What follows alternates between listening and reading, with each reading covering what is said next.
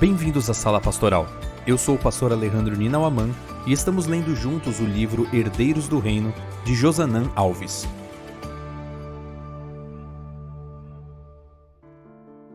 Capítulo 10. Herdeiro do Reino versus Herdeiro de Babilônia. O livro de Daniel considera o céu e a terra como estando intimamente conectados, com uma distância entre os dois quase insignificante. Zdravko Stefanovic. A oração é um encontro com uma pessoa real. Oramos a um Deus que responde. Jacques B. Ducan. Um dos textos mais extraordinários da Bíblia é o capítulo 2 do livro de Daniel. Ao longo das eras, milhares de pessoas se maravilharam com sua exatidão profética. Os acontecimentos desse capítulo ocorreram 3 anos depois da chegada de Daniel e seus amigos à Babilônia. Era o 2º ano do reinado de Nabucodonosor. Naquele ano, aconteceu algo grandioso. Daniel teve a oportunidade de ir à presença do rei e falar com ele pessoalmente. Nabucodonosor era um estadista visionário e empreendedor. Quase um século antes, Senaqueribe, o imperador assírio, destruiu Babilônia, e os imperadores babilônios, especialmente Nabucodonosor, empreenderam imensos programas de reconstrução. Na verdade, 9/10 dos tijolos desenterrados na cidade têm a inscrição com o nome Nabucodonosor. Nós podemos apenas imaginar a grandiosidade da cidade, dos palácios e dos templos de Babilônia. Descobertas arqueológicas demonstram que a cidade possuía 43 centros de culto e 900 locais de adoração. Mas um dos edifícios mais magníficos de Babilônia era o Palácio de Nabucodonosor, localizado a oeste do portão de Ishtar, cujo nome sumério significava a casa que assombra a humanidade. A sala do trono era espetacular e projetada para que os visitantes sentissem admiração e até medo do imperador. Seus jardins no telhado eram uma das chamadas 7 maravilhas do mundo antigo. Alguns registros históricos sugerem que leões vivos eram acorrentados a cada lado do trono, a fim de aumentar a impressão de poder supremo. Imagine Daniel entrando nesse palácio para falar com o rei. Toda a pompa e beleza do ambiente não foram suficientes para intimidar esse servo de Deus. O contraste entre os dois homens era gigantesco, e isso fica claro na maneira como Daniel escreveu o capítulo 2 de seu livro. Muitas vezes olhamos para esse capítulo apenas para explicar a sucessão de reinos apresentada na estátua do sonho de Nabucodonosor. Mas uma das lições mais profundas desse capítulo é a diferença entre as atitudes de Daniel e de Nabucodonosor.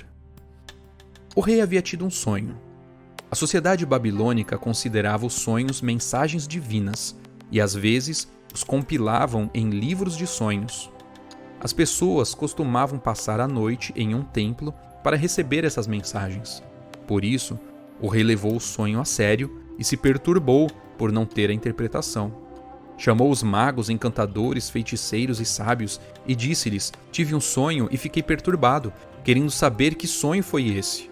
Daniel 2, verso 3. É provável que o rei tivesse esquecido o sonho. Não sei se isso já aconteceu com você. Comigo já aconteceu algumas vezes. Eu sei que sonhei e fico tentando lembrar qual foi o sonho. Em nossa cultura, esquecer um sonho não é um grande problema. No entanto, na visão de muitos povos antigos, se um homem se esquecesse de seu sonho, isso significava que seu Deus estava zangado com ele. Os sábios de Babilônia admitiram a incapacidade de fazer o que o rei estava pedindo. Não há nenhum mortal sobre a face da terra que possa fazer o que o rei exige. Nunca houve um rei, por maior e mais poderoso que fosse, que tenha exigido semelhante coisa de um mago, encantador ou caldeu. Isso que o rei exige é difícil, e não há ninguém que o possa revelar diante do rei, a não ser os deuses, e esses não moram entre os mortais. Daniel 2, versos 10 e 11. Diante dessa resposta, que em parte estava correta, o rei usou seu poder e disse que se não lhe dessem uma resposta, os sábios seriam despedaçados e suas casas reduzidas a ruínas. Veja que interessante os contrastes. Enquanto o rei se perturbou, Daniel, quando soube do decreto de morte, falou com cautela com o chefe da guarda do rei.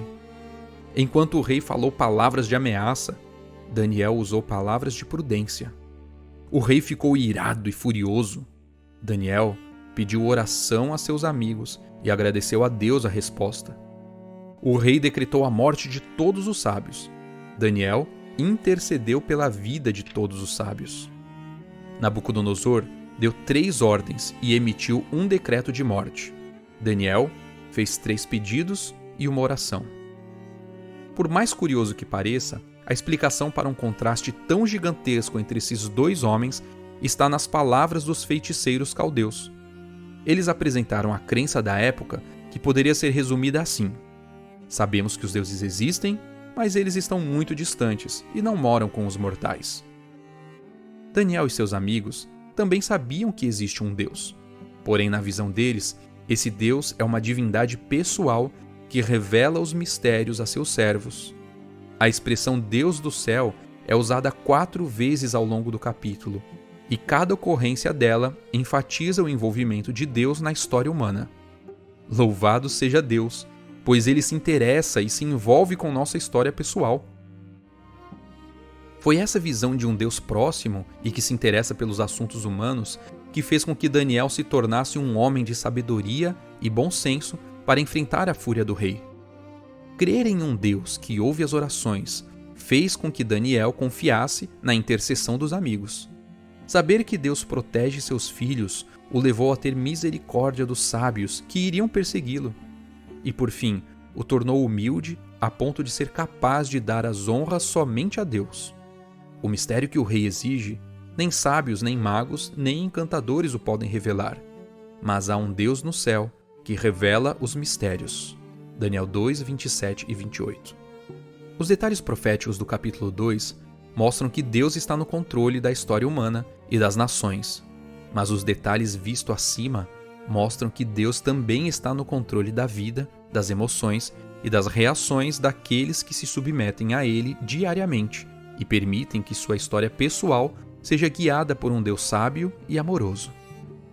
Nos registros da história humana, o desenvolvimento das nações, o nascimento e a queda dos impérios aparecem como que dependendo da vontade e do poder do homem. O decorrer dos acontecimentos parece determinado em grande medida por seu poder, ambição ou capricho. Mas na palavra de Deus, a cortina é afastada e podemos ver acima, por detrás e pelos lados, as partidas e contrapartidas de interesse, poder e desejos humanos. Os agentes do Todo Misericordioso, executando paciente e silenciosamente os conselhos de sua própria vontade. Daniel conhecia o Deus Todo Misericordioso, e para ele a cortina foi afastada. Isso o fez capaz de perceber Deus guiando e atuando acima, por detrás e pelos lados de sua história pessoal. Isso é lindo, não é mesmo? E me permita dizer outra coisa grandiosa. O Deus de Daniel é o seu Deus. O amor que tinha por aqueles jovens em um ambiente hostil, ele tem por você, que está em uma universidade que tenta fazê-lo desacreditar na existência de um Deus real. Assim como Deus se revelou a Daniel em um momento de vida ou morte, ele pode se revelar a você em meio às suas lutas na família ou no trabalho. Creia nesse Deus, fale com esse Deus, inicie o dia ao lado desse Deus e termine cada dia louvando a presença desse Deus em sua vida. O contraste entre Daniel e Nabucodonosor mostra claramente que eles eram de reinos completamente distintos. Assim deve ser com aqueles que foram eleitos para serem herdeiros do reino. Estamos neste mundo não para sermos mais um, mas para que todos possam ver a imagem do Rei dos Reis refletida em nós. Os herdeiros do reino não devem se confortar com as normas deste mundo. Estar no mundo, mas não ser do mundo. Será que as pessoas conseguem enxergá-lo como herdeiro do reino do céu? Ou você já assimilou os costumes, os hábitos e o modo de ser de Babilônia a ponto de ser confundido com o de seus cidadãos? A forma como você trata as pessoas demonstra que você é um herdeiro do reino de Deus? Você se alimenta como herdeiro do reino de Deus ou como herdeiro desta terra? Você namora como herdeiro do reino de Deus ou como herdeiro de Babilônia? Você trabalha, estuda e faz todas as outras coisas como alguém que aguarda um reino superior ao deste mundo? William Paley, um teólogo e filósofo britânico, desenvolveu um argumento teológico para demonstrar que o universo foi criado por uma inteligência superior, como Deus. Esse argumento ficou conhecido como a analogia do relojoeiro. Paley acreditava que, da mesma maneira como a complexidade de um relógio sugere a existência de um relojoeiro que o projetou e construiu, a complexidade dos seres vivos sugere a existência de um projetista divino.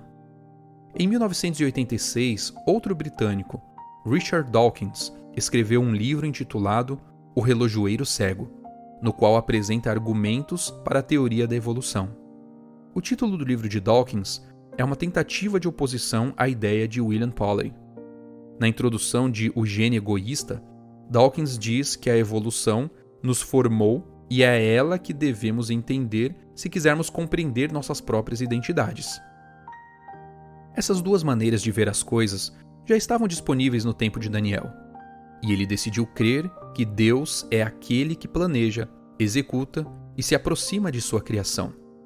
Hoje, precisamos decidir de que lado vamos ficar.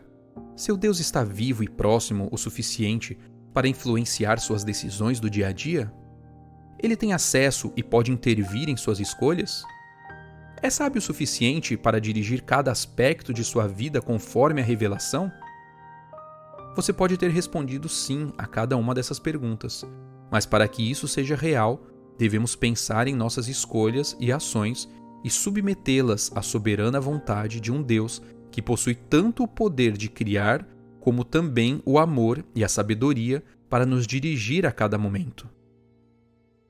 Quando recebeu a revelação do sonho do rei, Daniel fez uma linda oração de gratidão a Deus. Naquela oração, disse o que seu Deus é: bendito, sábio e poderoso. Também disse o que seu Deus faz: comanda o tempo, estabelece e remove reis, dá entendimento e sabedoria, revela o profundo e o escondido. Então Daniel terminou a oração de maneira pessoal. Ó Deus de meus pais, eu te agradeço e te louvo porque me deste sabedoria e poder, e agora me revelaste o que te pedimos, porque nos fizeste saber este caso do rei. Daniel 2, 23. Você conhece o Senhor a ponto de poder chamá-lo de Deus de seus pais? Você atribui sua sabedoria e seu poder à atuação de Deus? Você é capaz de perceber que Deus ouve seu pedido e age para abençoar sua vida? Seu Deus é tão próximo que faz você saber a vontade dele? Meu desejo ao terminar este capítulo é conhecer, amar e servir ao Deus de Daniel. E o seu? Fale com Deus nesse momento e expresse a Ele o seu desejo.